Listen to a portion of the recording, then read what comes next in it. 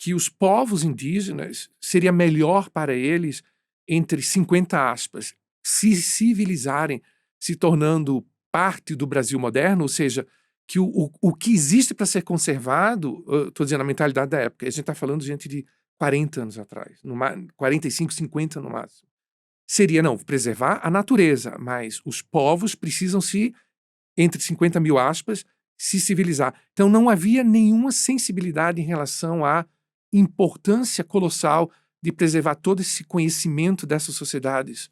Perfeito. Eu acho que é por aí. Acho que a gente pode pensar a partir de dois caminhos, né? Claro, a ditadura militar, né, a ditadura militar no Brasil, ela é talvez o evento definidor do destino da Amazônia no século XX e no século XXI. Né, o desmatamento, ele tem um crescimento absoluto depois de 1970, quando os militares inauguram o Programa de Integração Nacional. E aí eu acho que vale a pena a gente pensar dois tópicos, duas linhas de pensamento. A primeira referente a essa lógica da conservação, porque ela vinha junto com uma lógica do vamos concentrar as populações indígenas nesses territórios específicos. Isso a partir de muita luta, isso a partir, né, a gente tem o caso dos Irmãos Vilas Boas, o primeiro terra indígena demarcado no Brasil é anterior à ditadura militar, né, se eu não me engano... Dos anos 50, Nos né? anos 50, se eu não me engano, pelo Jânio Quadros, isso a gente precisaria olhar com calma, né, mas foi o primeiro território indígena demarcado, né, o território indígena do Xingu, e o que passa a pautar, né, entre muitos outros aspectos, o programa dos militares para a Amazônia é um processo de ocupação, é uma lógica racista com as populações locais, com as populações indígenas, que não são consideradas como pessoas realmente, então você tem a lógica do vazio demográfico, né?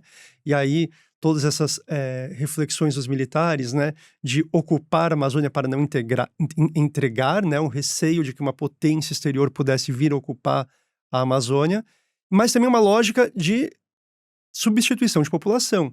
Então, temos que trazer, né, por conta da pressão agrária, né, no Nordeste, principalmente na região Sul, né, no Rio Grande do Sul e no Paraná, mais especificamente, né, distribuir terras para essas populações, então, de agricultores de origem europeia, e por isso que eu falei que é uma prática racista, ocuparem e começarem a produzir alimentos a partir de uma lógica, né, de uma lógica ocidental, de uma lógica moderna, branca, de monocultivo, né, de pouca biodiversidade, que tinha muito pouco a ver com que os povos indígenas, comunidades quilombolas e comunidades ribeirinhas da Amazônia têm produzido, né, da sociobiodiversidade daquele território.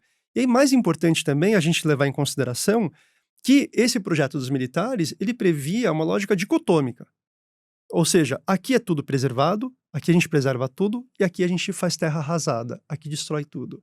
Então, né, os projetos de mineração, né, existe uma correlação muito forte entre infraestrutura rodoviária, claro, a gente está falando aqui da abertura da Transamazônica, né, e o barramento de rios. Então, a lógica toda, né, barrar rio para quê? Para gerar para as hidrelétricas, né, Belo Monte, as hidrelétricas no Rio Madeira, as hidrelétricas, claro, as primeiras, né, Balbi, no Amazonas, né? e Tucuruí, Uhum. no Rio Tocantins, ali no Pará. E para quê? E essas hidrelétricas, esses lagos que se criam, geraram imensa devastação ecológica, né? Geraram devastação. E aí um exemplo muito característico ali do sudeste do Pará, que a gente pode olhar com calma, é que as populações Gavião, por exemplo, dos indígenas Gavião, são obrigadas a deixar os seus territórios junto a outros povos ali do sudeste do Pará para a construção de Tucuruí. Quer dizer, o lago, ele inunda um imenso território, né? Então, isso também é uma coisa importante da gente pensar, né? O Brasil é o 5º país que mais emite gases de efeito estufa, né? CO2, basicamente. E a principal forma pela qual o Brasil emite é o desmatamento da sua vegetação nativa. Nós não somos grandes poluentes, né, de queima de carbono. Claro que isso é significante, não é irrisório, mas o principal, né, forma pela qual o Brasil contribui para expelir carbono na atmosfera é o desmatamento. E a gente tem que levar em consideração que as hidrelétricas, então, o pessoal fala, não, hidrelétrica é uma, né, energia limpa, verde. Não, peraí. Inunda áreas imensas, e isso gera desmatamento. Isso impede a capacidade de absorção de carbono da floresta. Isso torna a floresta mais pobre, mais suscetível a queimadas, ao desmatamento. E aí o efeito, né, na população humana desses planos, né, de infraestrutura hidrelétrica e de construção de rodovias, de hidrelétricas, de mineradoras. Para que as hidrelétricas? Para gerar energia para as mineradoras. Uhum. E aí, quando a gente Uhum. fala de desenvolvimento, né, sempre que a gente pensa na Amazônia, é para quem? Uhum. Para quem Exatamente. a hidrelétrica está servindo? É para gerar energia para a população local. E a gente tem programas importantíssimos, né, de levar luz, né, e energia para essas comunidades, né, que na nossa visão são isoladas, mas não são isoladas, né, que estão mais distantes, mas elas não se consideram distantes. Sim, sim, Elas estão sim. pouco conectadas com, né, o grid, né, com o sistema Sim. de transmissão de energia nacional.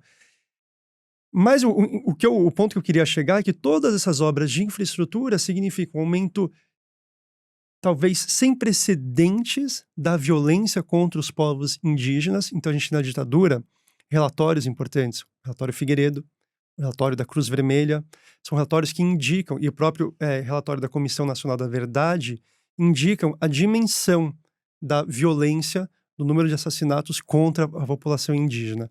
E claro, a gente tem que levar em consideração não só a violência direta, digamos, por uma arma, né, por um assassinato, mas quando a gente fala de doenças transmissíveis, então sarampo foi um dos grandes vilões da ditadura. O uso de agrotóxicos, isso também é amplamente documentado na mídia da época. A gente tem também exemplos, né, que tem que ser levados em conta de fome, né? Conforme avança o desmatamento, conforme avançam essas obras de infraestrutura, né, significou para essas populações a perda da sua capacidade de alimentação. Então, é um ambiente, né, é uma ecologia riquíssima que ela, imediatamente, né, à medida que você tem a entrada, né, de garimpeiros, a destruição, você tem um acúmulo, você tem um efeito, uma sinergia negativa entre efeitos muito ruins para essa população. Né? E isso ajuda a gente a imaginar o que foi, porque a gente vivenciou isso ao vivo nos últimos anos, né, principalmente no governo Bolsonaro, ajuda a gente a entender o que foi na ditadura militar. Então, para a gente ter um quadro, né, alguns elementos. Chega o garimpo. Bom, você fala, bom, o garimpo, né, o garimpeiro em si, muitas vezes é uma pessoa que está numa situação muito ruim de vida para chegar ao ponto, né, de ir para o garimpo. Eu me lembro daquelas cenas de Serra Pelada, né? Elas são clássicas. O garimpo, o que o garimpo envolve? O garimpo envolve uma ampla destruição, né, um amplo desmatamento, uma ampla destruição da cobertura vegetal. Então começa o primeiro impacto aí. Com isso, você tem, né, todos os animais dos quais as pessoas dependem para caça, para sua subsistência, vão embora. Né? Se não tem mais a morada, se não tem mais a casa, esses animais vão embora. Então você cria um primeiro problema de segurança alimentar, nutricional. As pessoas realmente ficam muito, muito fracas. Depois, o garimpo funciona também a partir dessas piscinas, né? A gente viu nas fotos, né? Os piscinões, né? Água parada, né? Para você poder, você vai cavando crateras. E a gente não está mais falando de garimpo, né? O pessoal ali de modo artesanal. Não se trata disso. São grandes retroescavadeiras. Meu Deus. São maquinários que custam milhões de reais cada um e que criam essas piscinas gigantescas de água parada. E logo a gente tem a proliferação de doenças transmitidas por mosquitos. Inúmeras, dentre as quais arboviroses, a gente pode pensar dengue, zika, chikungunya, mas o que foi mais marcante historicamente e atualmente no território Yanomami é a malária. A malária. Então você tem uma conjuntura, falta de alimentação, insegurança alimentar, transmissão de malária, que é uma catástrofe, né? As pessoas ficam muito fracas, e a gente tem os relatos, né, de tomadas por verminoses. Meu Deus. Junta isso à contaminação pelo mercúrio. Pelo mercúrio. Que também o mercúrio é utilizado, né, para você fazer uma espécie de amálgama, né? O ouro, obviamente, é um metal pesado, o mercúrio, ele é um metal leve, então você joga o mercúrio, ele faz uma amálgama, uma bolota de ouro, partículas de ouro com mercúrio, depois você incinera, e aí você tem só o ouro. E o que acontece com o mercúrio? Ele é dispersado. Ele vai é para a altamente atmosfera. Tóxico, não? Ele é altamente tóxico, ele gera problemas de neurodesenvolvimento, principalmente nas crianças. Então a gente está falando de uma contaminação não só hoje, mas também para as futuras gerações. E, pior, ele também é transmitido pelo leite materno. Então, a mãe também se intoxica. A gente tem a contaminação dos peixes